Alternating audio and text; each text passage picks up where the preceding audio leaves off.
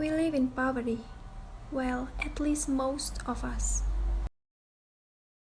The corrupt always brag about their dirty money, show their fat bellies on TV, and then put a big smile in orange shirt. They try to mock us. Of course, poverty makes us do crazy things. But believe me, the rich are crazier. Menteri Sosial saat korupsi bantuan sosial untuk warga terdampak COVID-19 sebagai terjadi. tersangka kasus dugaan pemerasan dana bencana. Seorang anggota DPRD Kota Mataram terkena operasi tangkap tangan karena diduga ada transaksi suap yang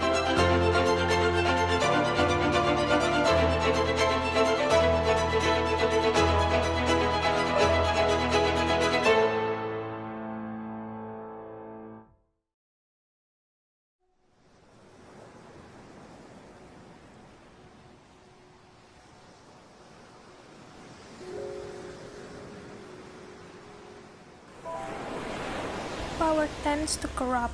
Absolute power corrupts absolutely. Lord Acton.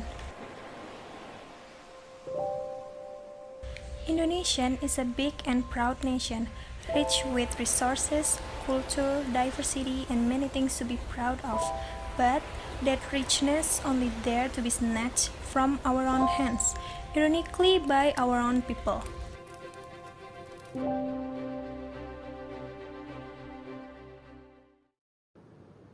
Corruption always been the biggest problem in our society. Leaders, citizens, adults, even minors do these corrupt deeds in their daily basis. We don't even know that our state of mind have been engineered to be corrupt. People with power has all the reasons to be corrupt.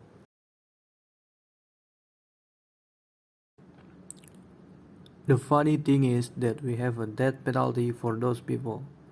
But guess what? That regulation is there just to be there, not to be executed. Corruption cases have occurred since before Christ. It is even possible that corruption was born since human exists.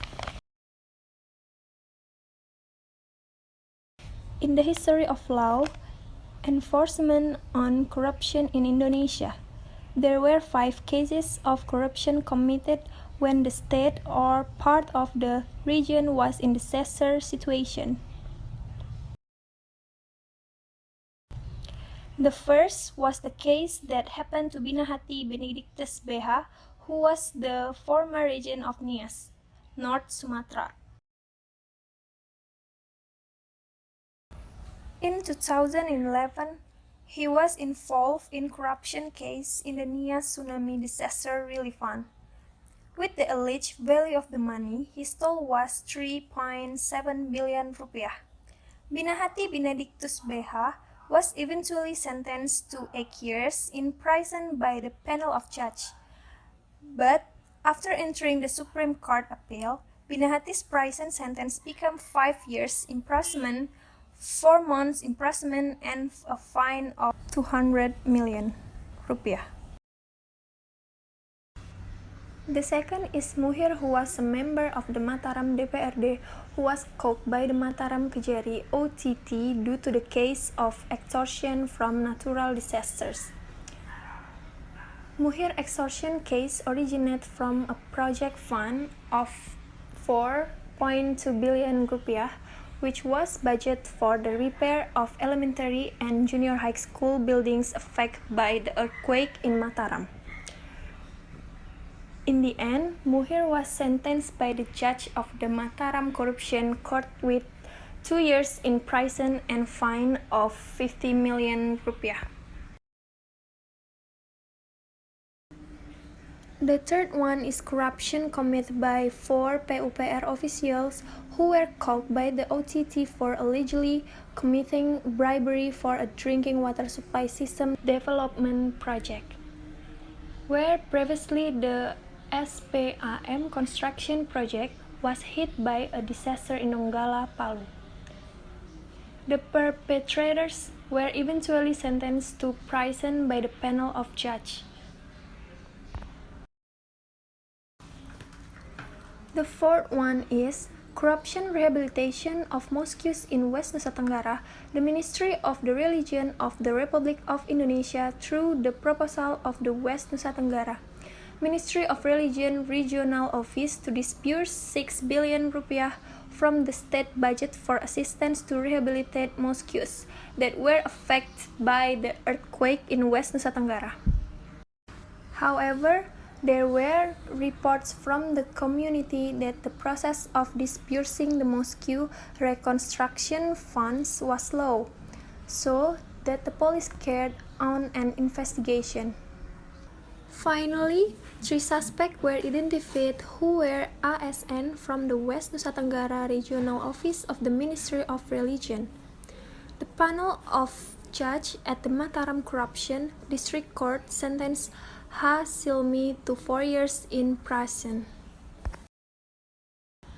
And the last one is social assistance corruption committed by former Social Minister Juliari Batubara, who managed the social assistance package for handling COVID-19.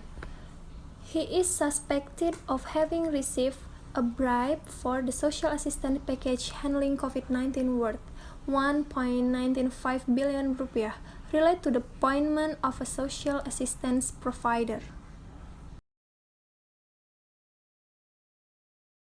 However, even though there have been 5 cases of corruption related to disasters, none of the perpetrators have received the death penalty as described in Article 2, Paragraph 2 of Law No. 31, 1999. And even the sentence is lighter than the sentence received by convicted corruption cases committed when not in a disaster situation, such as the former Chief Justice of the Constitutional Court Akil Mukhtar, entrepreneur Adrian Waworuntu, and Brigadier General Teddy Hernayadi, who was sentenced to life sentences by the panel of judges.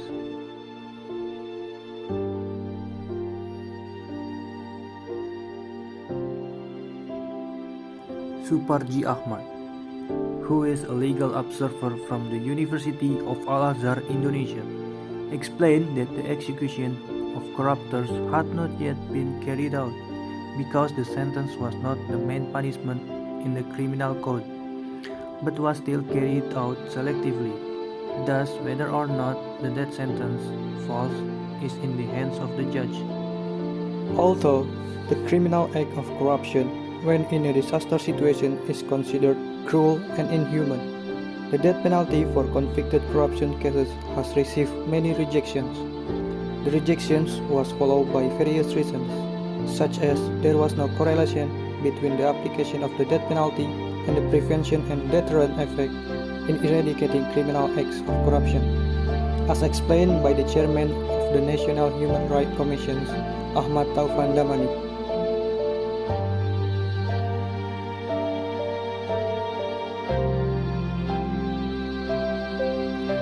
Criminal law expert from Trisakti University said that the death penalty will not be effective for deterrence.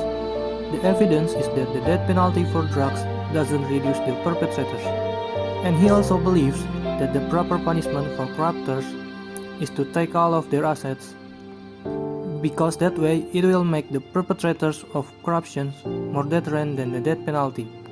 However, not a few also support perpetrators of criminal acts of corruption when a disaster situation must be punished by death, such as Patrialis Akbar, who is the Minister of Law and Human Rights. He agreed with the applications of the death penalty for corruption offenders during a disaster situation. Then how can the death penalty be enforced? After all, a rule is said to be fair if it is applied to all cases according to which this rule must be applied. Opposing the death penalty for corruption perpetrators on the grounds that it will not give fear to others by equating drug cases is not right, because the reasons or motivations that encourage perpetrators of corruption and drug crimes are different. Those convicted of drug cases committed their actions because of the economic hardship they experienced, and the opportunity to get a large nominal amount of money made them do the job. Meanwhile, those who perpetrate the criminal act of corruption commit the act based on greed, as well as opportunity, and not because of economic difficulties, such as perpetrators of a drug case. Law enforcers must also prove their commitment by boldly prosecuting or convicting a defendant who is deemed to have violated Article 2, Paragraph 2 of Law 31, 1999, because the application of the death penalty is effective or not. It can only be known if there are real examples and not just an analysis of other cases.